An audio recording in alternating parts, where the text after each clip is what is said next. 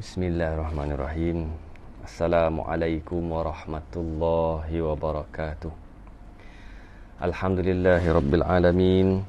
Wassalatu wassalamu ala asyrafil anbiya'i wa mursalin wa ala alihi wa sahbihi ajma'in. Subhanaka la ilma lana illa ma 'allamtana innaka antal alimul hakim. Rabbi shrah li sadri wa yassir li amri wahlul 'uqdatam min lisani yafqahu qawli. Allahumma faqihna fid din wa 'allimna ta'wil wa hdina ila sawa'is sabil. Allahumma waffiqna lima tuhibbu wa tarda waj'al akhiratana khairan minal ula. Radina billahi rabba wa bil islami dina wa bi Muhammadin nabiyya wa rasula. Alhamdulillah, kita bersyukur kepada Allah SWT di atas segala nikmat kurniaan Allah SWT kepada kita. Selawat dan salam kepada junjungan besar Nabi Muhammad sallallahu alaihi wasallam. Allahumma salli ala sayidina Muhammad wa ala ali Muhammad. Alhamdulillah, tuan-tuan dan puan-puan yang dirahmati Allah SWT sekalian. Hari ini hari yang ke-8 Ramadan. Alhamdulillah, dah 8 hari dah kita berada dalam bulan Ramadan Al-Mubarak ini. Bulan yang penuh dengan keberkatan, bulan yang kita kenali sebagai Syahrut Tarbiyah, bulan tarbiyah. Kita mentarbiah diri kita, kita memperbaiki diri kita, kita memperelokkan diri kita dalam bulan Ramadan Al-Mubarak ni kan. Alhamdulillah, hari yang ke-8 dah. Sedar atau tidak sedar dah lebih seminggu dah lah kita berada dalam bulan Ramadan ni kan. Ada 20 lebih hari lagi nak dah habislah Ramadan kan. Jadi kita ambil kesempatan ini, sementara kesempatan yang ada, sementara umur yang ada, yang Allah Ta'ala pinjamkan kepada kita, kita buatlah sebaik mungkin kebaikan dalam bulan Ramadan. Kerana bulan Ramadan ni Allah Ta'ala melipat gandakan pahala, berlipat-lipat kali ganda kan. Bermacam-macam pahala yang Allah Ta'ala berikan kepada kita dalam bulan Ramadan ni. Itu tuan-tuan dan puan-puan yang dirahmati Allah SWT sekalian. Dalam kita membicarakan perihal tarbiyatul aulad fil Islam, pendidikan anak-anak dalam Islam, ada beberapa perkara yang kita dah sebut sebelum daripada ni kan. Tentang dalam tajuk-tajuk sebelum ni, kalau tuan-tuan dan puan-puan masih ingat, ada 7 cara, 7 kaedah peringatan kepada anak-anak kita. Dan yang paling penting sekali adalah peringatan berkaitan dengan akidah, tentang tauhid, tentang iman kepada Allah SWT. Kerana itulah orang kata apa, ibu kepada segala tindakan-tindakan yang akan datang. Jadi perkara berkaitan dengan akidah, berkaitan dengan tauhid, perkara yang sangat dititik beratkan. Dan ada 7 kaedah yang terperinci tu yang disebutkan. Yang pertama, peringatan bahaya murtad. Yang kedua, peringatan bahaya fahamat etisma. Yang ketiga, peringatan bahana hiburan yang haram. Yang keempat, peringatan berkenaan bahaya taklid buta. Yang kelima, peringatan berkenaan bahaya rakan yang jahat. Yang keenam, peringatan berkenaan akhlak yang buruk. Dan yang ketujuh, peringatan berkenaan bahaya melakukan perkara yang haram. Dalam beberapa sesi yang lepas, saya telah sebut tentang peringatan bahaya murtad. Murtad ni perkara yang berkaitan dengan akidah.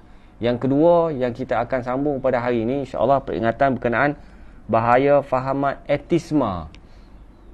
Ini antara cabaran-cabaran kita lah di sepanjang zaman, iaitu bahaya fahamat etisma. Etisma ni juga berkaitan dengan akidah, berkaitan dengan keimanan, berkaitan dengan kepercayaan kita.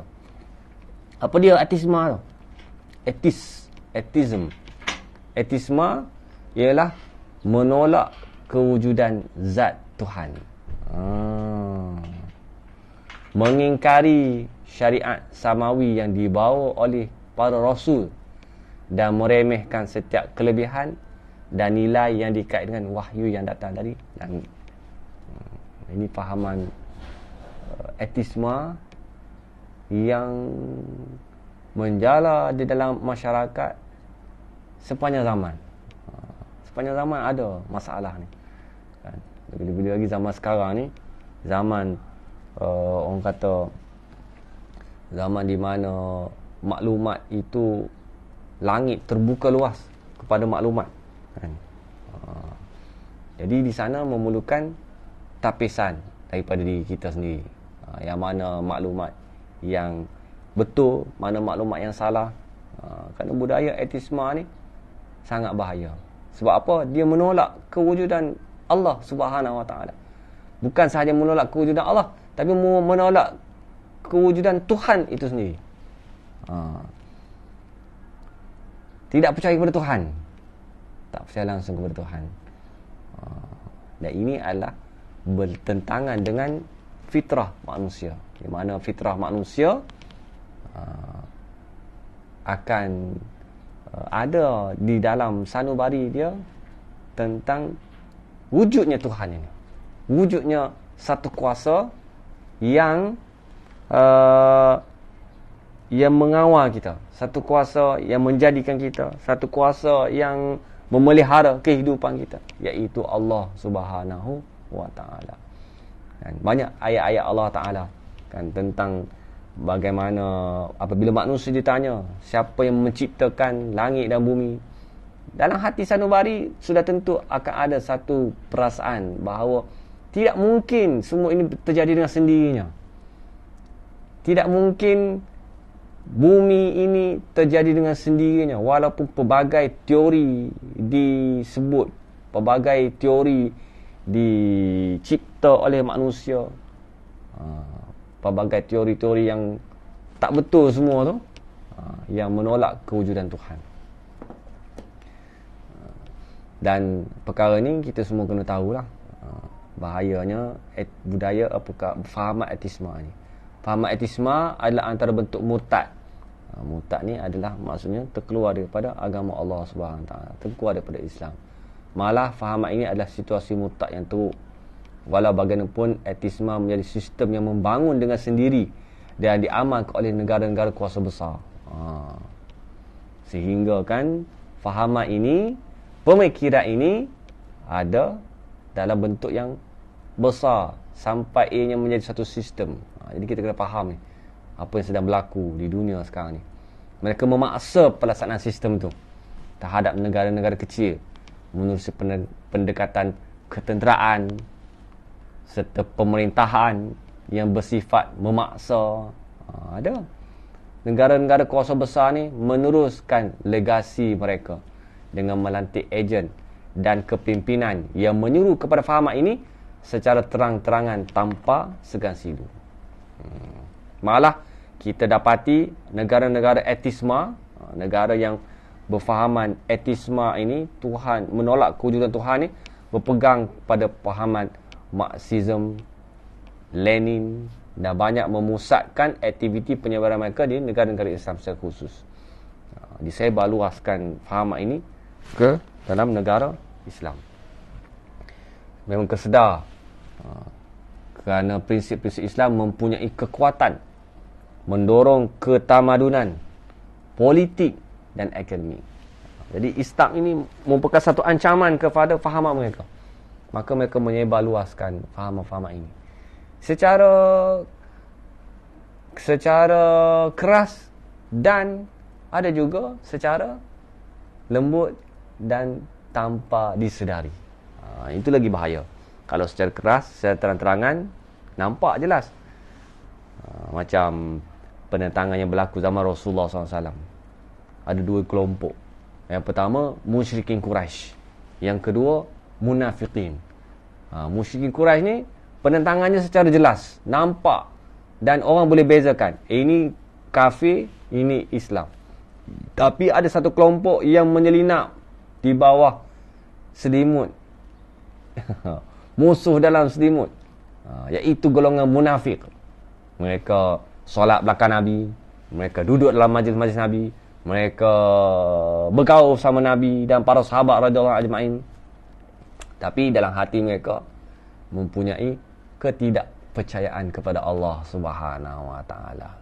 Itu antara bentuk fahaman etisma yang diserapkan secara perlahan-lahan, dan kadang-kala ianya berlaku secara tersusun dan strategik untuk merosakkan pemikiran umat Islam. Jadi ini sangat bahaya.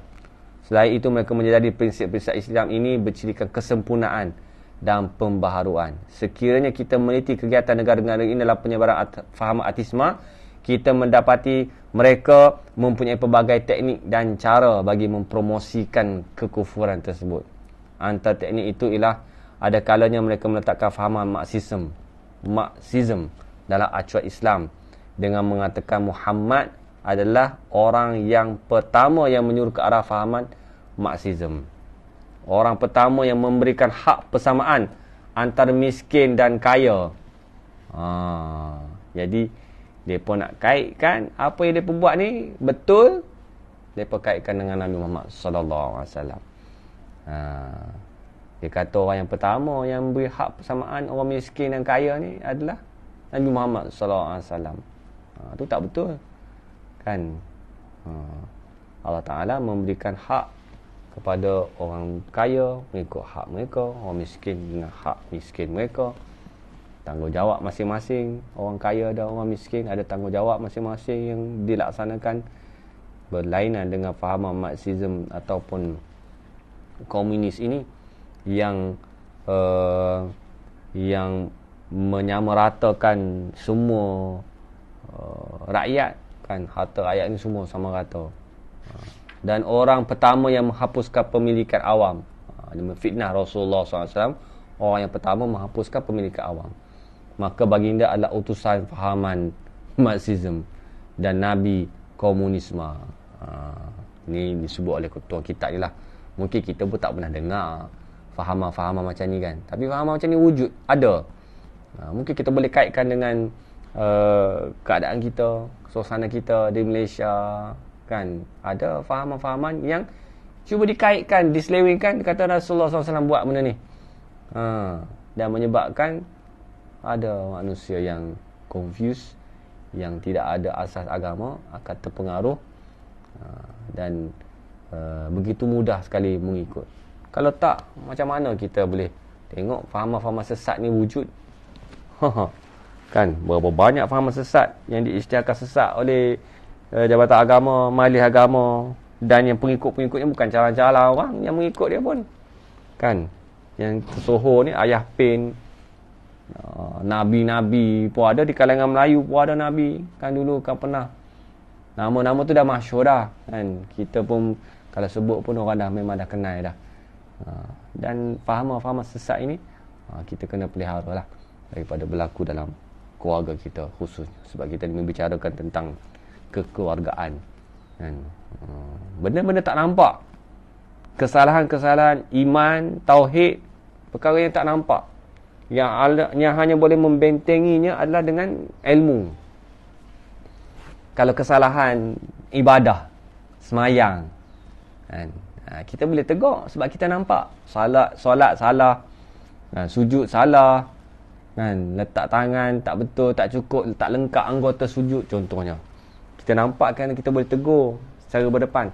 Tetapi kalau kesalahan akidah, kesalahan fahaman, sangat bahaya. Kerananya natijahnya sangat besar, khususnya natijah di akhirat.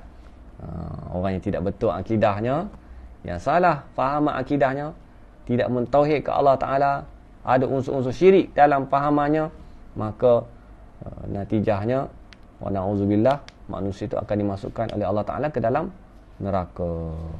Jadi kita pun tidak mahulah perkara tersebut berlaku pada diri kita dan kepada ahli keluarga kita. Ada kala mereka mengatakan fahaman Marxism tidak bercanggah dengan ajaran Islam, tidak bercanggah dengan keadaan sosial yang dibawa oleh Islam. Ada yang meragu-ragukan manusia, kata sama. Begitulah juga dengan fahaman-fahaman lain, pemikiran-pemikiran lain. Yang dalam ni, contoh ni adalah contoh fahaman ateism lah, ateisme. Jadi mereka ni adalah terjatuh dalam kelompok orang yang murtad. Kadang-kadang kita tengok sedih lah, kan, dalam negara kita pun ada gerakan-gerakan seumpama ini, sehingga mereka melakukan gerakan tersebut secara berani, Dan kadang-kadang mendapat sokongan dan dukungan daripada pihak berwajib pun ada.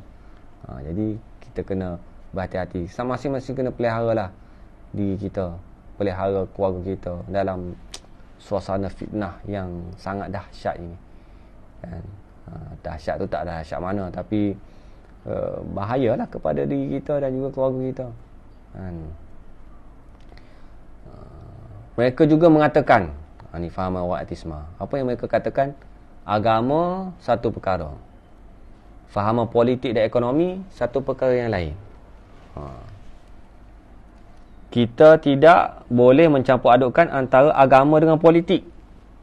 Kita juga tidak boleh masukkan teori ekonomi dan saintifik ke dalam agama. Ini apa yang dituturkan oleh mereka yang terpengaruh dengan fahaman etisma. Maknanya tidak memberikan hak Allah SWT kepada hak yang sepatutnya.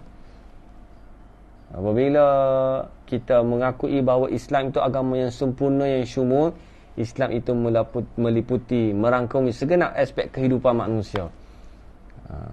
Daripada individu, kepada keluarga, kepada masyarakat, kepada negara. Termasuklah di dalamnya pendidikan, perkahwinan, undang-undang sosial, undang-undang ekonomi, undang-undang politik. Semuanya termasuk dalam agama Islam. Dan Islam itu tidak boleh dipisahkan antara agama dan politik, agama dan ekonomi. Kerana di dalamnya ada aturan-aturan daripada Allah Subhanahu Wa Taala tentang politik contohnya. Kan? Dikarang kitab yang besar yang mengumpulkan tentang ilmu-ilmu politik dan pengurusan manusia dan ahkamus sultaniyah. Dan kitab ahkamus sultaniyah disebutkan cara memilih pemimpin macam mana, bagaimana ciri-ciri seorang pemimpin, bagaimana ciri-ciri seorang rakyat, tanggungjawab pemimpin, tanggungjawab rakyat, pembahagian-pembahagian hukum hakam dalam kenegaraan, sistem ekonomi,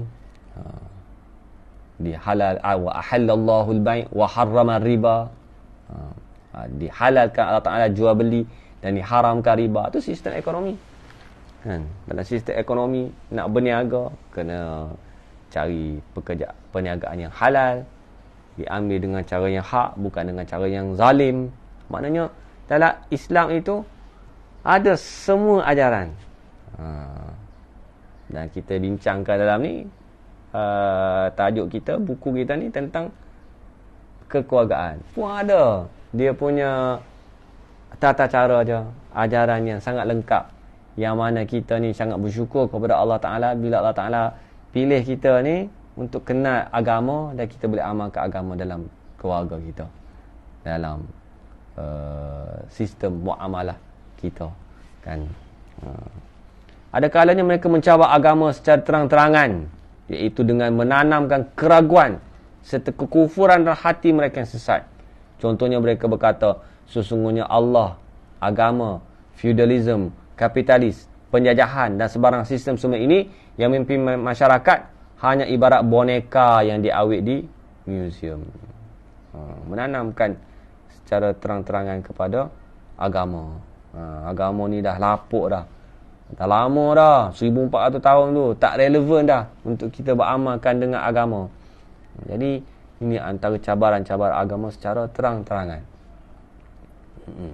Kalau perkara ini tidak dibendung, kalau para ibu bapa tidak bendung awal, kita khawatir anak-anak kita mungkin terjebak dalam keadaan buruk seumpama ini. Ada juga yang mengatakan tidak ada Tuhan yang mengatur alam ini. Kehidupan semata-mata material. Agama adalah candu manusia. Para nabi adalah pencuri dan pendusta. Ini fitnah-fitnah yang ditaburkan kepada agama.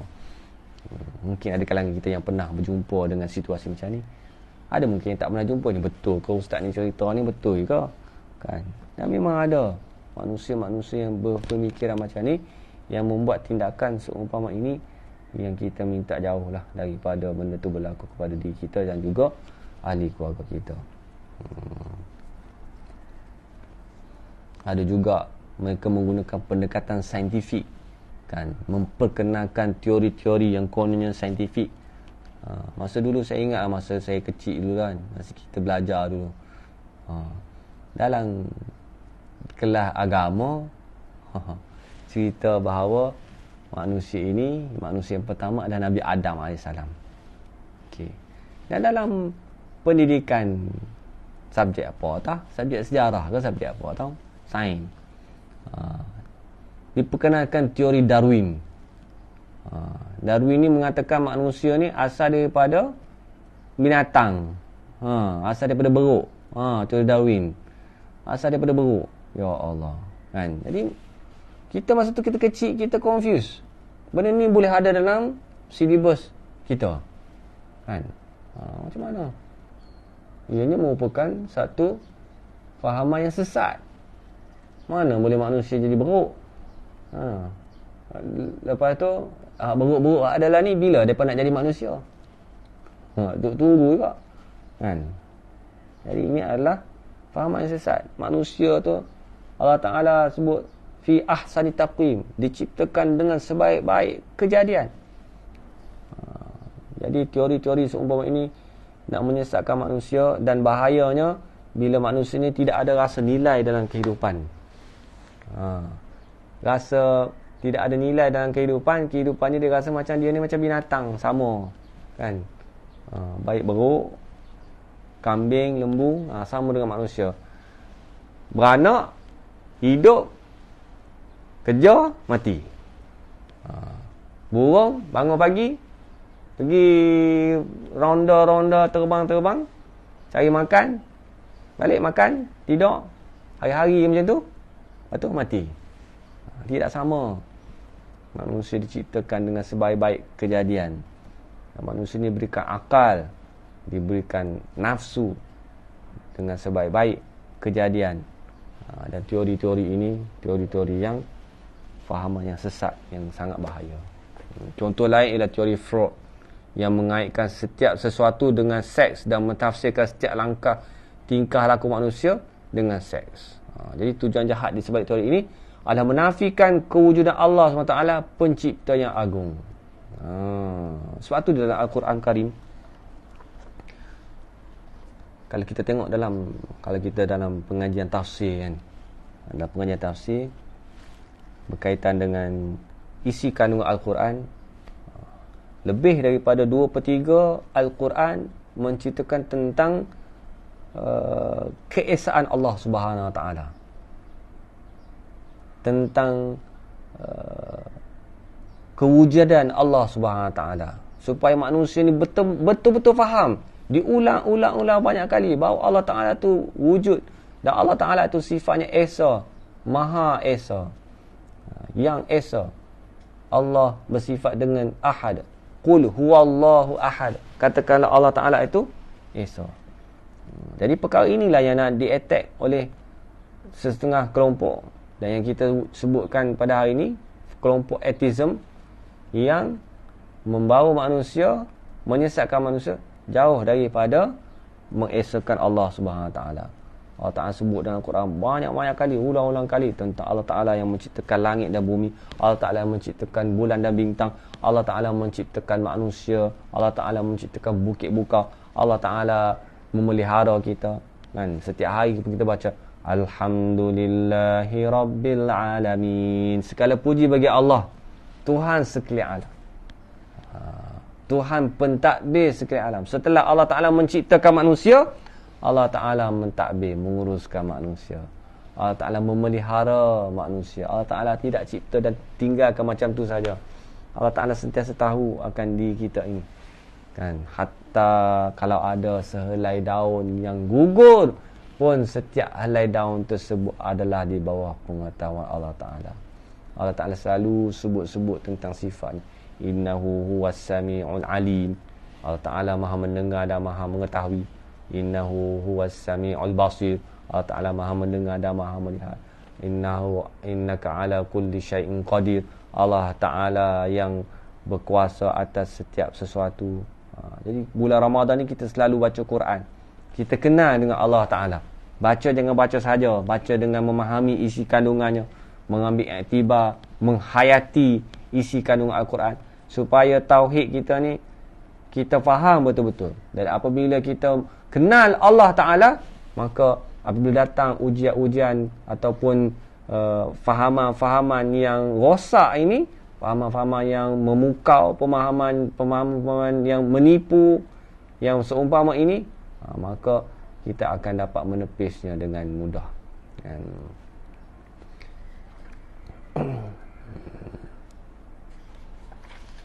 ini banyak ya ayat-ayat Allah SWT yang menolak fahaman etisma ini. Dan Allah Ta'ala menyindir golongan ini. Wa qalu ma hiya illa hayatuna dunya namutu wa nahya wa ma yuhlikuna illa ad-dahr wa ma lahum bidzalika min ilmin inhum illa yazunnun. Surah Al-Jasiyah ayat 24. Dan mereka berkata, tiadalah hidup selain daripada hidup kita di dunia ini. Kita mati dan kita hidup, dan tiadalah yang membinasakan kita kecuali masa. Padahal mereka tidak mempunyai sebarang pengetahuan berkenaan hal itu. Mereka hanya menurut sangkaan semata-mata. Inilah manusia yang yazunnun, yang membuat sangkaan-sangkaan tanpa ada asas. Dia duk ikut rasa dia. Rasa Tuhan macam mana, rasa kehidupan ni macam mana. Dia duk rasa macam hidup ni hanyalah hidup dan mati macam tu saja. Rasa hidup dunia ni macam tidak ada apa-apa. Dan bahayanya fahaman etisma ini membunuh kepercayaan kepada perkara-perkara gaib, kepercayaan kepada akhlak yang mulia, kepercayaan kepada perkara yang baik-baik. Kerana fahaman etisma ini membuatkan seseorang itu hidup seperti binatang. Macam binatang. Kan? Kalau kita tengok dalam YouTube, dalam YouTube ni, cuba cek, ada orang rakam, dia panggil The Zombie of Philadelphia. Di Amerika ada tempat tu nama dia Philadelphia. Mungkin banyak tempat macam tu lah, kan? Satu bandar, manusia-manusia ni dah macam bukan manusia dah. Kehidupan macam zombie. Hidup dengan arak, hidup dengan dadah. Dan kehidupan mereka tu berdiri pun dah tak berapa ada betul dah. Dah tak bergaul dengan orang, tidak ada sifat kemanusiaan dah di situ. Ini bahaya perkara seumpama ini. Kita minta jauh daripada perkara tersebut berlaku dalam kehidupan kita. Kerana apa? Kerana manusia ni mungkin dah terpengaruh dengan fahaman begini, tidak percaya tentang Allah Subhanahu Wa Taala, maka dia tidak percaya tentang hari akhirat, tidak percaya tentang dosa dan pahala, tidak percaya dengan peraturan kehidupan, maka kehidupan dia hidup macam, tak maaf cakap, macam binatang lah. Kan? Nak duduk laki bini, laki perempuan, tak payah kahwin.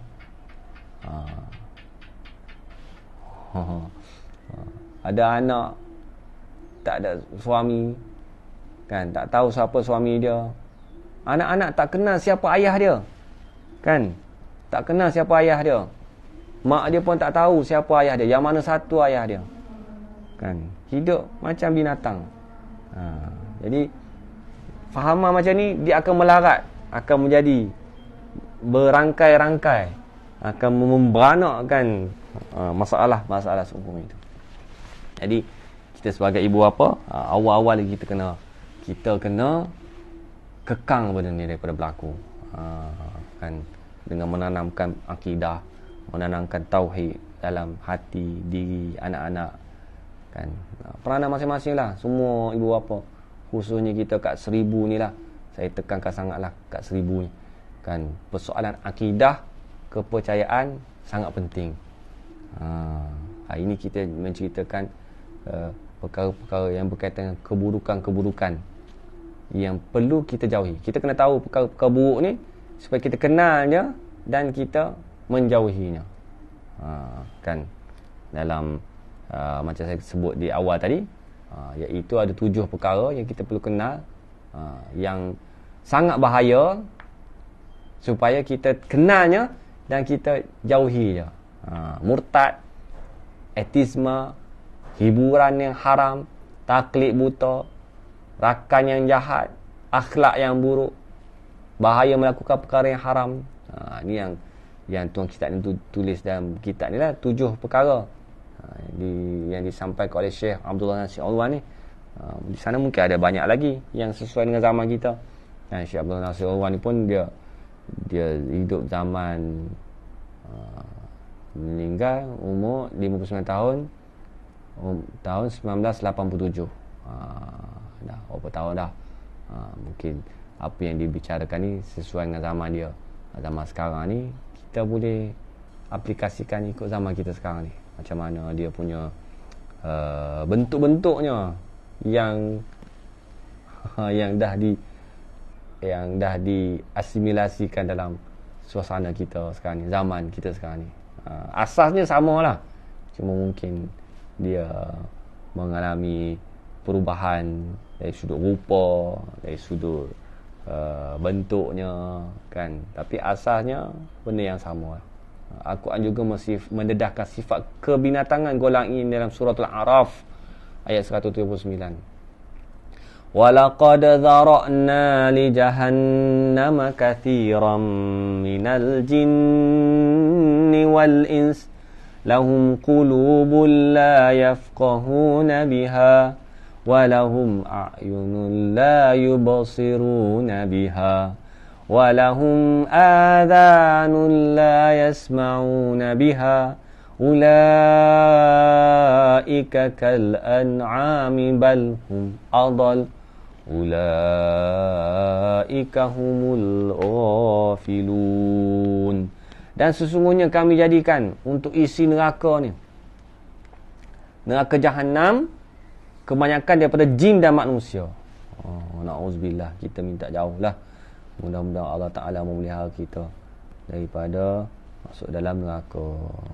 Dan sesungguhnya kami jadikan untuk isi neraka Jahannam kebanyakan daripada jin dan manusia yang mempunyai hati tapi tak mahu memahami dengannya, yang mempunyai mata tapi tak mahu melihat dengannya, yang mempunyai telinga tapi tak mahu mendengar dengannya. Mereka itu seperti binatang ternak. Ulaika kal an'am. Allah kata mereka itu seperti binatang ternak. Balhum adall, bahkan lebih teruk lagi, lebih sesat lagi daripada binatang ternak tu. Ulaika humul ghafilun, mereka itulah orang yang lalai kan. Allah Ta'ala sebut manusia yang ada hati tapi tak guna hati, orang yang ada mata tidak melihat kebesaran Allah Ta'ala, orang yang ada telinga tidak mahu mendengar pengajaran-pengajaran Allah Ta'ala. Ulaika kal an'am, Allah kata mereka itu seperti binatang ternak. Binatang ternak ni kalau berbanding dengan binatang liar tu nampak lebih terhormat. Kan? Binatang ternak ni ambil macam lembu kena cucuk hidung, tarik pi mana-mana dia ikut je, tak lawan. Tarik pi padang rumput makan. Hak lawan pun jenis hak nak sembelih. bulan Zulhijjah tu, raya haji, kadang-kadang kita dengar lah lembu lari kan. Dia tengok kawan dia dah kena sembelih, dia pun lari lah. Itu dia, mungkin dia ada kehormatan dia tu. Tapi kebanyakan an'am ini begitulah, hina. Dan manusia-manusia yang ada hati, ada mata, ada telinga tapi tidak memanfaatkannya untuk mentauhidkan Allah Ta'ala, untuk taat kepada perintah Allah Ta'ala, kal an'am. Bukan sahaja kal an'am, bal hum adall, bahkan lebih teruk lagi, lebih sesat lagi daripada binatang ternak tersebut. Kita ni orang yang mulia, kita ni orang Islam, orang yang mulia di sisi Allah Ta'ala. Kita ada kemuliaan kita sendiri, dan janganlah meletakkan diri kita yang mulia ni kepada darjat yang bawah. Golongan-golongan yang berpemikiran kononnya bebas, pemikiran mereka sebenarnya mereka terbelenggu dengan nafsu, terbelenggu dengan fahaman-fahaman yang sesat. Fahaman etisma adalah fahaman yang sesat, yang murtad, yang terkeluar daripada Islam.